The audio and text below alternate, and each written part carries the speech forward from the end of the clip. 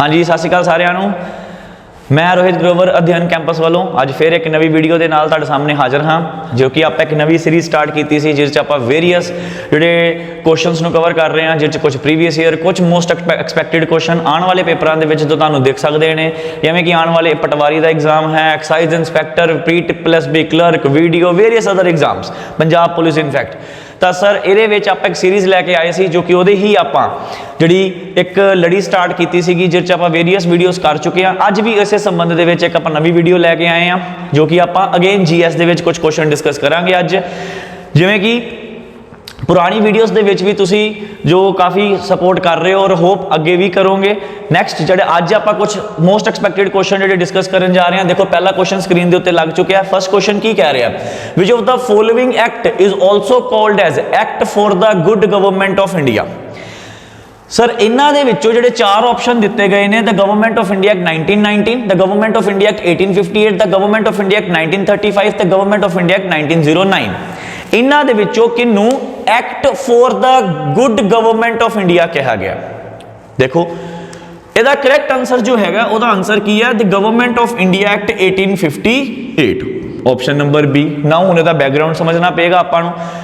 आप देखो क्वेश्चन कभी याद थोड़ा ना कर सकते, जो तक आपको थोड़ा ब्यौरा नहीं पता होगा आप क्वेश्चन कभी रिमेंबर नहीं रख सकांगे। इस करके थोड़ा जिहा आप बैकग्राउंड समझने की कोशिश करते हैं। आप सारे जानते हैं कि इंग्लिश ईस्ट इंडिया कंपनी ने भारत दे विच लगभग 200 साल राज किया। ये जिहड़ा राज सीगा ये दो चरणों दे विच सीगा।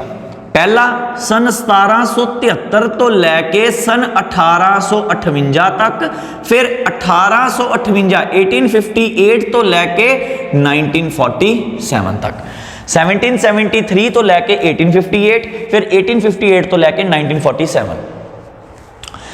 इनू आप कहने कंपनी राज, कंपनी रूल, और इनू आप कहने क्राउन रूल। जदों राणी ने सीधा भारत के उत्ते राज करना शुरू कर दिता। ये जिहड़ा एक्ट तुसीं देख रहे हो गवर्नमेंट ऑफ इंडिया एक्ट 1858, इहदे नाल ही सर ये पूरा तख्ता पलट होया सीगा। 1858 उस तो पहला 1857, 1857 की क्रांति, the revolt of 1857, the first war of independence जिन्हों आप कहने उहदे नाल ही सर ये सारा संबंध जुड़िया होया। जिहड़ा द रिवोल्ट ऑफ 1857 है, the first war of independence, उहदे नाल सर पहली बार आपां नूं स्पोय म्यूटनी देखने को मिली अगेंस्ट द ब्रिटिश क्राउन। तो उसदे नाल ही 1858 दे विच एक नवा कानून पास होया, जिन्हों the government of India act 1858 कहने। इहदे नाल ही सर कंपनी रूल खत्म कर दिता गया सी ते भारत च क्राउन रूल शुरू हो गया सीगा। आई होप तुहानूं ये गल समझ आ गई होवेगी। इनू ही सर इसे कानून नूं ही की कहा जाता है sir good governance act, good governance act. इनू ही सर क्वीन्स प्रोक्लामेशन भी किया गया है, queen's proclamation of 1858, good governance act of 1858, और sir government act that is good government of India act 1858। ये सारे नाम ऐसे दे ही ने। तो द करेक्ट आंसर की होगा? Option number B will be the correct answer. I hope तुहानू आंसर पता लग गया होगा, द बैकग्राउंड भी समझ आ गया होगा। स्क्रीन पे आंसर आ रहा है, that is option number B is the correct answer. Option number B is the correct answer. अगले क्वेश्चन वाल बढ़ते हैं। अगला क्वेश्चन की कह रहा है, who proposed the concept of constitution in 1934। 1934 दे विच वो कौन सीगा जिन्हें पहली बार सानू संविधान का कॉन्सेप्ट दसिया? यानी देखो आप 1929 दे विच लाहौर सैशन दे विच इंडियन नैशनल कांग्रेस ने पूर्ण स्वराज की मंग तां कर दी, लेकिन पूर्ण स्वराज अटेन करन तो बाद सपोज आप इंडिपेंडेंट हो गए तो इन्होंने ये कहा कि देश चलेगा किवें, कि बिना संविधान तो देश चल सकता? बिल्कुल नहीं। इन्होंने यही कहा कि भाई कॉन्स्टिट्यूशन होना भी लाजमी है। प्रश्न यही पूछा जा रहा है, पहली बार किन्हों ने क्या सीगा? आंसर दोगे MN रॉय। ऑप्शन नंबर ए की कह रहा है MN Roy. MN Roy is the correct answer. ये साडे बहुत बड़े पॉलिटिशियन होए जो थ्योरीटिकल थ्योरीज जिन्होंने अच्छी खासियां रचियां, उन्होंने ही कॉन्सैप्चुलाइज किया कि भाई ਸਾਡੇ ਦੇਸ਼ ਦੇ ਵਿੱਚ ਠੀਕ ਹੈ ਆਪਾਂ ਪੂਰਨ ਸਵਰਾਜ ਵਾਸਤੇ ਕੰਮ ਕਰ ਰਹੇ ਹਾਂ, ਪਰ ਉਹਦੇ ਨਾਲ ਸੰਵਿਧਾਨ ਦੇ ਬਾਰੇ ਵੀ ਸਾਨੂੰ ਚਰਚਾ ਕਰਨੀ ਪਵੇਗੀ। ਤੇ ਇਹੀ ਕੁਐਸਚਨ ਤੁਹਾਨੂੰ ਐਗਜ਼ਾਮੀਨਰ ਕਈ ਵਾਰਾਂ ਪੁੱਛ ਚੁੱਕਿਆ। ਪਹਿਲਾ ਜਿਹਨੇ ਸਭ ਤੋਂ ਕਨਸਟੀਟਿਊਸ਼ਨ ਦਾ ਕਨਸੈਪਟ ਦਿੱਤਾ, ਆਨਸਰ ਦੋਗੇ MN ਰॉय। ਚਲੋ ਜੀ ਨੈਕਸਟ ਕੁਐਸਚਨ ਵੱਲ ਵਧਦੇ ਹਾਂ। ਦੇਖੋ ਸਕਰੀਨ ਤੇ ਤੁਹਾਨੂੰ ਉਹਦਾ ਕਰੈਕਟ ਆਨਸਰ ਸ਼ੋ ਹੋਵੇਗਾ। ਹੁਣ option number A is the correct answer, MN Roy. Next question ਦੇਖੋ ਹੁਣ। ਨੈਕਸਟ ਕੁਐਸਚਨ ਕੀ ਕਹਿ ਰਿਹਾ, ਹਾਊ ਮੈਨੀ ਜजेस were there in Supreme Court when it was established in 1774 at Calcutta under the Regulating Act of 1773। ਪਹਿਲਾ ਤੇ question ਤੁਹਾਨੂੰ question ਚ ਹੀ ਮਿਲ ਗਿਆ। ਤੁਹਾਨੂੰ ਪੁੱਛਦਾ ਪਹਿਲੀ ਵਾਰ ਭਾਰਤ ਚ ਸੁਪਰੀਮ ਕੋਰਟ ਕਦੋਂ ਬਣਿਆ ਸੀ? ਆਨਸਰ ਦੋਗੇ ਸਨ 1774 ਚ ਬਣਿਆ ਸੀ। ਕਿੱਥੇ ਬਣਿਆ ਸੀ? ਕਲਕੱਤਾ। ਅੱਜ ਵੀ ਸਰ ਤੁਹਾਨੂੰ ਫੋਰਟ ਵਿਲੀਅਮ ਦੇਖਣ ਨੂੰ ਮਿਲੇਗਾ ਉੱਥੇ। ਇੱਥੇ ਹੀ ਸਰ ਸਾਡਾ ਸੁਪਰੀਮ ਕੋਰਟ ਸੀ ਕਲਕੱਤਾ ਦੇ ਵਿੱਚ। 1774 ਦੇ ਵਿੱਚ ਕੈਲਕਟਾ ਦੇ ਵਿੱਚ ਇਸ ਕਾਨੂੰਨ ਦੇ ਤਹਿਤ ਰੈਗੂਲੇਟਿੰਗ ਐਕਟ ਆਫ 1773 ਦੇ ਤਹਿਤ ਸਰ ਸਾਡਾ ਪਹਿਲਾ ਸੁਪਰੀਮ ਕੋਰਟ ਬਣਿਆ। क्वेश्चन ये पूछ रहा है कि जो सुप्रीम कोर्ट बनया और जजिस किन्ने सन? आंसर दोगे ऑप्शन नंबर 4, उस वेले 4 जजिस सन सर। ऑप्शन नंबर बी 4 जजिस सन उस वेले। एक क्वेश्चन होर बनता है सर, उस वेले जिहड़ा पहला चीफ जस्टिस बिठाया गया सी, चीफ जस्टिस ऑफ इंडिया कह लो उस वेले दा, वो कौन सीगा? आंसर दोगे MP। MP was the first chief justice of the Supreme Court when it was established in 1774। पहली बार सुप्रीम कोर्ट जड़ा बनया ओदा पहला जड़ा चीफ जस्टिस वो कौन सी? MP। मेरा क्वेश्चन तानू एक जो कि कमेंट बॉक्स में तुसी करके दसोगे, who is at present CGI of India, यानी कि chief justice of India at present chief justice कौन ने, किन्नवें नंबर दे ने ते इन्हां ने किन्हां नूं प्रिसाइड कीता, यानी इन्हां तो पहला कौन सीगे ते हुण जिन्हां नूं इन्हां ने ओवरटेक करके ये पोजीशन लित्ती है। ये तीन तुसीं आंसर दोगे। करंट CGI कौन है, किन्नवें नंबर दे ने ते किन्हां नूं ओवरटेक करके ये बने ने, ये तुसीं तीन क्वेश्चन दे आंसर जिहड़े कमेंट बॉक्स करके दसोगे। ठीक है जी, आई होप तुहानूं ये क्वेश्चन समझ आ गया होवेगा। Option number B is the correct answer, that is 4 जजिस दे नाल साडा सुप्रीम कोर्ट शुरू होया सी। अच्छा एक क्वेश्चन मैं होर दसना चाहांगा, जिहड़ा एट प्रेजेंट है साडा सुप्रीम कोर्ट, ये नवी दिल्ली दे विच है ते इहदे विच मौजूदा जिहड़े जज ने वो किन्ने ने? 34। देयर आर 34 जजिस एट प्रेजेंट, जिहदे चों एक CGI है जिहड़ा मैं तुहानूं हुणे पुछा, तुसीं कमेंट बॉक्स 'च दसोगे, ते 33 जजिस है जिहड़े कि साडी एट प्रेजेंट स्ट्रेंथ जे तुहानूं पुछी जावे ते आंसर दोगे 34 जजिस ने। आई होप तुहानूं सारिआं नूं ये आंसर क्लीयर हो चुकिया होवेगा। नैक्सट देखो हुण, देखो द करेक्ट आंसर की आ रहा है option number B, that is 4 जजिस is the correct answer. Next question देखते हैं, with context to our constituent assembly which of the following statements is or are correct। साडी संविधान सभा दे संबंध दे विच आ दित्ती गई स्टेटमेंटां जो मैनूं दसो किहड़ियां सही ने या किहड़ियां गलत ने। 4 स्टेटमेंटां ने तुहाडे सामने, 1 2 3 ते 4। हुण तुसीं दसो इह चों किहड़ी सही है किहड़ी गलत है। देखदे हां। It was formulated under cabinet mission 1946 कि इह जिहड़ी संविधान सभा सी सन 1946 कैबिनेट मिशन दे अधीन बनी। There were total 389 members in it। ਇਹਦੇ ਚ ਕੁੱਲ 389 यानी 399 ਮੈਂਬਰ ਸਨ। It was partly elected, partly nominated। ਕੁਝ ਹਿੱਸਾ ਇਹ ਚ ਇਲੈਕਟਿਡ ਸੀ, ਕੁਝ ਹਿੱਸਾ ਮਨੋਨੀਤ ਸੀਗਾ।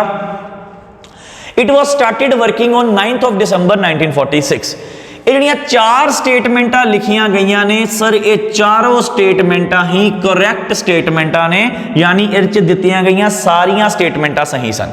एक क्वेश्चन तुहानूं जरूर पूछांगा, ये भी कमेंट बॉक्स तुसीं कमेंट करके दसोगे, जदों पहला सैशन जो कि इहदे लिखिया ही होया 9 दिसंबर 1946 दे विच आया, 9 ऑफ दिसंबर 1946 च पहला सैशन जदों होया इहदा, उस वेले फर्स्ट एवर प्रेजिडेंट कौन बने सन इस सैशन दे? ये तुसीं कमेंट बॉक्स करके दसोगे, who was the first ever president of constituent assembly on जो कि 9 दिसंबर 1946 ਨੂੰ सैशन होया सीगा। कमेंट बॉक्स करके दस्सिओ। ठीक है, नैक्सट क्वेश्चन देखते हैं, क्वेश्चन नंबर 5 ਦੀ ओर चलते हैं। ਇਹਦਾ करेक्ट आंसर ਤੁਹਾਡੇ सामने आएगा, that is correct answer is option number D, सारे ही सही हैं। अगला क्वेश्चन देखते हैं, the high court can issue Ritz mentioned under article 32 under the which article. ਜਿਹੜਾ हाई कोर्ट है वो रिट्स इशू कर सकता है, रिट्स इशू करता है जो कि आर्टिकल 32 के अधीन लिखिया गई ने, पर हाई कोर्ट किहड़े आर्टिकल राही इन्होंने इशू कर सकता? ऑप्शन की दिते हैं, आर्टिकल 237 226 238 227। इसका करैक्ट आंसर की है? Article number 226। गल ध्यान नाल समझियो। हुण आर्टिकल 32 जड़ा है वह 5 रिट्स की गल करता है। अगे कई क्वेश्चंस दे विच आपां नूं डिस्कस भी करांगे, 5 रिट्स तुहानूं समझावांगा भी। आर्टिकल 32 जड़ा वह 5 रिट्स की गल करता है, जिन्हों हाई कोर्ट भी इशू कर सकता है, सुप्रीम कोर्ट भी इशू कर सकता है। हाई कोर्ट का तो मैं तुहानूं हुणे दस्सिया कि आर्टिकल 226 के तहत करता है। जिहड़ा सुप्रीम कोर्ट है ये आर्टिकल 139 के तहत करता है। ठीक है, गल याद रखियो 32 दे विच 5 रिट्स नूं एक्सप्लेन कीता है। सुप्रीम कोर्ट अलग आर्टिकल के अधीन इन्हूं इशू करता है, हाई कोर्ट अलग आर्टिकल के अधीन इन्हूं इशू करता है। सुप्रीम कोर्ट करता आर्टिकल 139, हाई कोर्ट करता आर्टिकल 226। एक क्वेश्चन होर समझ लियो, तुहानूं पुछदा है कि जिहड़ियां रिट्स इशू करन दी पावर है ये ज्यादा किहदे कोल है, तो आंसर याद रखियो रिट्स इशूएंस जिहड़ी है वो high court has more power. High court has more power as compare to supreme court. High court कोले ज्यादा पावर है सुप्रीम कोर्ट दे नालों। सुप्रीम कोर्ट केवल और केवल फंडामेंटल राइट्स के केस इशू करता है, लेकिन हाई कोर्ट जड़ा है वो किसी भी मैटर च इशू कर सकता है। ठीक है, याद रखियो रिट्स इशूएंस की पावर हाई कोर्ट को ज्यादा है as compare to the supreme court. तो हाई कोर्ट केड़े आर्टिकल के अधीन करता है, आर्टिकल नंबर 226। क्लियर है भाई। नेक्स्ट देखते हैं क्वेश्चन हूं, देखो दा करेक्ट आंसर तुम्हारे सामने आएगा। Correct answer is question answer number B, that is 226 article. Next question देखते हैं। 6वां प्रश्न तुम्हारे सामने है, the first supreme court in India was established under which act and in which year. जिहड़ा आपां हुणे चर्चा कीती सीगी, एक आंसर तो तुहानूं उत्थे क्या सी, क्वेश्चन तुहाडा बन गया first supreme court किहड़े act they तहत बनया ते किहड़े साल च बनया। देखो सिंपल जिहा क्वेश्चन है। ऑप्शन ए की कह रहा है अंडर रेगुलेटिंग एक्ट, तो ईयर केड़ा 1774। दूसरा कह रहा है अंडर चार्टर एक्ट, ईयर केड़ा 1833। तीसरा ऑप्शन कह रहा है पिट्स इंडिया एक्ट, आंसर 1784। और चौथा कह रहा है नन ऑफ द अबव। ਇਹਦਾ ਤੇ ਹੁਣੇ ਆਪਾਂ चर्चा की सी सर, रेगुलेटिंग एक्ट ਇਹਦਾ करैक्ट आंसर है, जो कि कदों आया सी 1773 ਦੇ ਵਿੱਚ। और ईयर ਕਿਹੜੇ ਚ ਐਸਟੈਬਲਿਸ਼ ਹੋਇਆ 1774 कलकत्ता विखे फोर्ट विलियम। ਹੁਣੇ ਤੁਹਾਨੂੰ एक्सप्लेन ਕੀਤਾ ਸੀਗਾ, क्वेश्चन रिपीट होया, दैट्स इट। बस देखो थोड़ी लैंग्वेज चेंज की, लगभग क्वेश्चन सेम सीगा साडा। ਇਹਦਾ करैक्ट आंसर ਕੀ ਹੋਏਗਾ, ऑप्शन नंबर ए, जो कि ਤੁਹਾਨੂੰ स्क्रीन ਦੇ ਉੱਤੇ ਹੁਣੇ शो होएगा, that is option A is the correct answer. ਇਸੇ ਦੇ ਨਾਲ ਆਪਾਂ ਅਗਲੇ ਪ੍ਰਸ਼ਨ ਦੀ ओर ਵਧਦੇ ਹਾਂ।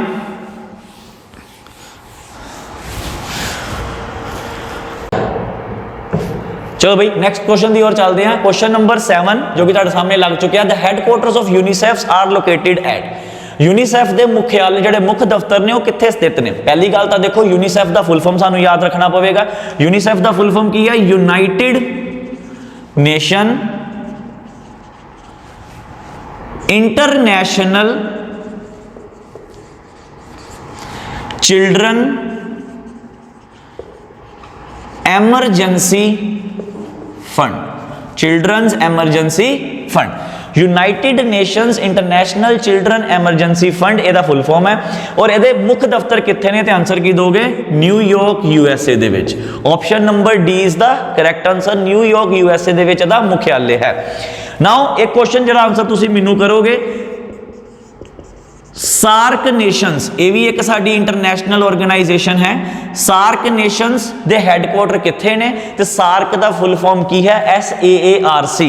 सार्क नेशन दे फुल फॉर्म ते इहदे हैडक्वार्टर तुसीं मैनूं कमेंट बॉक्स च कमेंट करके दसोगे कित्थे स्थित ने ते इहदा फुल फॉर्म की है। क्लियर है। ऑप्शन नंबर क्वेश्चन नंबर 7 दा सही करैक्ट आंसर की है, option number D, that is New York USA. I hope तुहानूं सारिआं नूं आंसर क्लीयर होवेगा। नैक्सट क्वेश्चन वाल वधदे हां।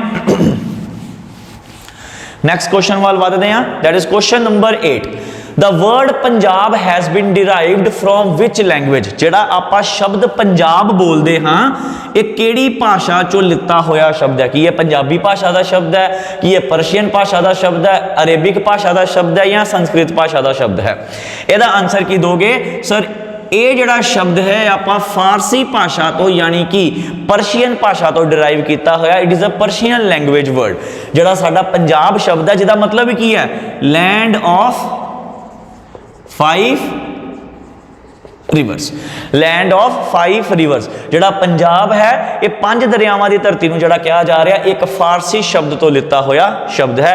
आई होप ਤੁਹਾਨੂੰ आंसर क्लीयर होगा। एक आंसर मैं दसना चाहांगा, एक देखो पंजाब के कुछ होर नाम भी हैगे ने, other names of Punjab. Others name of Punjab. ਜਿਵੇਂ ਕਿ ਸਰ ਪੰਜਾਬ ਨੂੰ ਪੰਚਨਦ ਵੀ ਕਿਹਾ ਜਾਂਦਾ ਹੈ, ਪੰਜਾਬ ਨੂੰ ਪੈਂਟੋਪਟਾਮੀਆ ਵੀ ਕਿਹਾ ਜਾਂਦਾ ਹੈ, ਪੰਜਾਬ ਨੂੰ ਬ੍ਰਹਮਵਰਤਾ ਵੀ ਕਿਹਾ ਜਾਂਦਾ ਹੈ।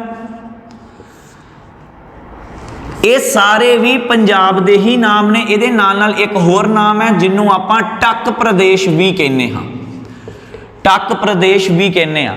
ਸਰ ਜਿਹੜਾ ਇਹ ਨਾਮ ਜੋ ਆਪਾਂ ਮਾਡਰਨ ਡੇ ਨਾਮ ਲੈ ਰਹੇ ਆ, ਇਹਦੇ ਨਾਲ ਨਾਲ ਪੰਜਾਬ ਦੇ ਕੁਝ ਪੁਰਾਣੇ ਨਾਮ ਵੀ ਹੈਗੇ ਨੇ। ਮੇਰਾ ਤੁਹਾਨੂੰ ਪ੍ਰਸ਼ਨ ਇਹ ਹੈ, ਤੁਸੀਂ ਕਮੈਂਟ ਬਾਕਸ 'ਚ ਇਹ ਦੱਸਣਾ ਜਾਓਗੇ ਤਾਂ ਦੱਸ ਸਕਦੇ ਹੋ ਕਿ ਜਿਹੜਾ ਪੰਚਨਦ ਨਾਮ ਹੈ ਇਹ ਕਿਹਦੇ 'ਚ ਦੱਸਿਆ ਗਿਆ, ਕਿਤੇ ਤਾਂ ਰੈਫਰੈਂਸ ਹੋਵੇਗੀ। ਪੈਂਟੋਪਟਾਮੀਆ ਨਾਮ ਕਿੱਥੇ ਦਰਸਾਇਆ ਗਿਆ, ਬ੍ਰਹਮਵਰਤਾ ਨਾਮ ਕਿੱਥੇ ਦਰਸਾਇਆ ਗਿਆ, ਟੱਕ ਪ੍ਰਦੇਸ਼ ਨਾਮ ਕਿੱਥੇ ਦਰਸਾਇਆ ਗਿਆ। ਮੇਜਰਲੀ ਮੈਨੂੰ ਆਹ ਦੋ ਦਾ ਤੁਸੀਂ ਆਨਸਰ ਕਰਨਾ ਹੈ, ਪੰਚਨਦ ਤੇ ਪੈਂਟੋਪਟਾਮੀਆ ਕਿੱਥੇ ਦਰਸਾਏ ਗਏ ਨਾਮ ਨੇ। ਕਲੀਅਰ ਹੈ?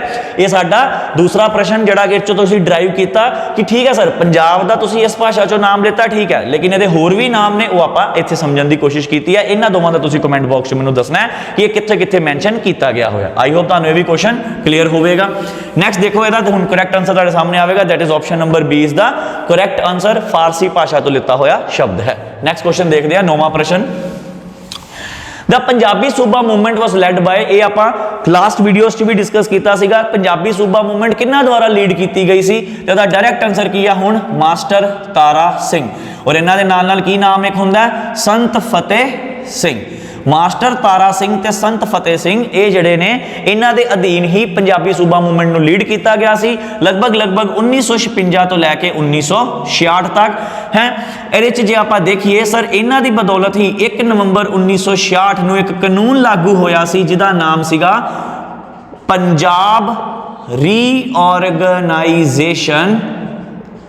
एक्ट 1966। और इसे तरीक नूं अज आपां की मनाने आ, पंजाब डे। सर 1 नवंबर नूं ही अज आपां पंजाब डे भी सैलीब्रेट करते हैं। इसे पंजाबी सूबा मूवमेंट की बदौलत ही एक भारत की पार्लीमेंट ने कानून पास किया सी, पंजाब पुनर्गठन अधिनियम 1966, पंजाब रीऑर्गेनाइजेशन एक्ट ऑफ 1966। और उहदे नाल ही सर साडा पंजाब भाषा आधारित सूबा बनया। अज दा जिहड़ा साडा पंजाब है इसे दे आधार ते इसे कानून दे नाल ही आखिरी बार पंजाब की वंड हुई सी। मेरा प्रश्न एक होर तुहाडे कोलों, ये किहड़ी कमीशन की रिपोर्ट के उत्ते किया गया सी? मैनू कमीशन का नाम कमेंट च दसोगे कि किहड़ी कमीशन। हालांकि आने वाली वीडियोस ये सारे क्वेश्चंस भी तुहानूं दिख जाणगे, लेकिन फिर भी तुसीं कमेंट बॉक्स च मैनूं दसोगे किहड़ी कमीशन की रिपोर्ट के आधार पर यह वंड की गई सीगी। ठीक है जी। अगला क्वेश्चन देखो, अदा करैक्ट आंसर की है, option number A is the correct answer, Master Tara Singh. अगला प्रश्न देखते हैं। अगला प्रश्न देखो, क्वेश्चन नंबर 10वां की कह रहा है, the tradition of Mal Akhara was started by which Sikh guru. Mal अखाड़े की परंपरा किस सिख गुरु ने शुरू की सी? मल अखाड़ा आप सारे जानते हैं, जो गुरु पीरियड पढ़ते हैं कि बहुत सारे गुरुआं ने बहुत सारिया नवीं नवीं प्रथावां की शुरुआत की, जिवें कि कीर्तन प्रथा, लंगर प्रथा, मल अखाड़े की प्रथा, दसवंध सिस्टम, मंजी प्रथा, मसंद प्रथा, ये सारिया प्रथावां गुरु साहब, मीरी पीरी की प्रथा, बहुत सारे गुरु साहबान इन्हां दे नाल जुड़े हुए हैं। उसे दे संबंध दे विच हैगा कि किहड़े गुरु साहब ने ये मल अखाड़े की प्रथा की शुरुआत की। ठीक है जी। ਇਹਦਾ करैक्ट आंसर की हैगा सर? ਇਹਦਾ करैक्ट आंसर हैगा श्री गुरु अंगद देव जी। सर ये मल अखाड़ा का भाव की है? सर फिजिकल डेवलपमेंट, अखाड़ा जिन्होंने कहने रैसलिंग अरीना, कि उस रब की आराधना के नाल नाल अपनी बॉडी, अपनी जी फिजिकल अपीयरेंस है, इनू भी आप तंदुरुस्त रखना, जिहदे आप अपनी फिजिकल डेवलपमेंट नूं अच्छा करना, ताकि उस रब की आराधना भी आप वधिया ढंग नाल कर सकीए। ये जिहड़ा कॉन्सैप्ट सीगा मल अखाड़े का, ये दूसरी पातशाही श्री गुरु अंगद देव जी पासों शुरू की गई। इस कुछ फैक्ट एंड फिगर जो आप याद रखने ने, श्री गुरु अंगद देव जी का ओरिजिनल जिहड़ा नाम सी वो की सी? भाई लहणा जी। भाई लहणा जी इन्हां दा ओरिजिनल नाम सीगा, जिन्हां नूं अंगद नाम जिहड़ा कि श्री गुरु अंगद देव जी दे विच नाम है, ये किन्हां ने दिता सीगा? सर पहली पातशाही श्री गुरु नानक देव जी ने। अंगद शब्द का भाव भी की है? अपना अंग, अपना हिस्सा। श्री गुरु नानक देव जी ने इन्हां नूं अंगद कह के पुकारिया। अज आपां इन्हां नूं ही गुरु अंगद देव जी दे नाम दे नाल पुकारदे हां। ओरिजिनल नाम इन्हां दा की सी? भाई लहणा जी। इन्हां दा सब तो वड्डा योगदान की रहा सिख इतिहास दे विच? सर इन्हां ने standardization of Gurmukhi, script. Sir Gurmukhi ਲਿਪੀ ਦਾ ਸਟੈਂਡਰਡਾਈਜੇਸ਼ਨ ਕੀਤਾ ਸੀਗਾ। ਇਹ ਸਭ ਤੋਂ ਵਧੀਆ ਕੁਐਸਚਨ ਬਣਦਾ ਇਹਨਾਂ ਤੋਂ ਕਿ ਕਿਹੜੇ ਗੁਰੂ ਸਾਹਿਬਾਨ ਗੁਰਮੁਖੀ ਦੀ ਸਟੈਂਡਰਡਾਈਜੇਸ਼ਨ ਦੇ ਨਾਲ ਜੁੜੇ ਹੋਏ ਨੇ। ਆਨਸਰ ਦੋਗੇ ਸ਼੍ਰੀ ਗੁਰੂ ਅੰਗਦ ਦੇਵ ਜੀ। ਕਲੀਅਰ ਹੈ। ਆਈ ਹੋਪ ਇਹ ਤੁਹਾਨੂੰ ਕੁਐਸਚਨ ਜਿਹੜੇ ਅੱਜ ਆਪਾਂ 10 ਪ੍ਰਸ਼ਨ ਡਿਸਕਸ ਕੀਤੇ ਨੇ, ਕੁਝ ਪ੍ਰੀਵੀਅਸ ਈਅਰ, ਕੁਝ ਐਕਸਪੈਕਟਡ ਕੁਐਸਚਨ ਤੁਹਾਨੂੰ ਪਸੰਦ ਆਏ ਹੋਣਗੇ। ਜੋ ਮੈਂ ਤੁਹਾਨੂੰ ਕਮੈਂਟ ਬਾਕਸ 'ਚ ਕਮੈਂਟ ਕਰਨ ਨੂੰ ਕਿਹਾ ਜ਼ਰੂਰ ਕਮੈਂਟ ਕਰਿਓ, ਆਪਾਂ ਉਹਦੇ ਉੱਤੇ ਡਿਸਕਸ਼ਨ ਕਰਾਂਗੇ। ਆਉਣ ਵਾਲੇ ਕੁਐਸਚਨਸ 'ਚ ਉਹਨੂੰ ਲੈ ਕੇ ਵੀ ਆਵਾਂਗਾ ਤੁਹਾਡੇ ਨਾਲ, ਹੋਰ ਜਿਹੜੀ ਸੰਬੰਧਿਤ ਇਨਫੋਰਮੇਸ਼ਨ ਹੋਗੀ ਆਪਾਂ ਡਿਸਕਸ ਵੀ ਕਰਾਂਗੇ। ਆਈ ਹੋਪ ਤੁਹਾਨੂੰ ਇਹ ਸੈਸ਼ਨ ਪਸੰਦ ਆਇਆ ਹੋਵੇਗਾ। ਆਪਣੇ ਦੋਸਤਾਂ ਦੇ ਨਾਲ ਸ਼ੇਅਰ ਕਰਿਓ। Thank you very much. Good evening. ਸਤਿ ਸ਼੍ਰੀ ਅਕਾਲ ਜੀ ਸਾਰਿਆਂ ਨੂੰ।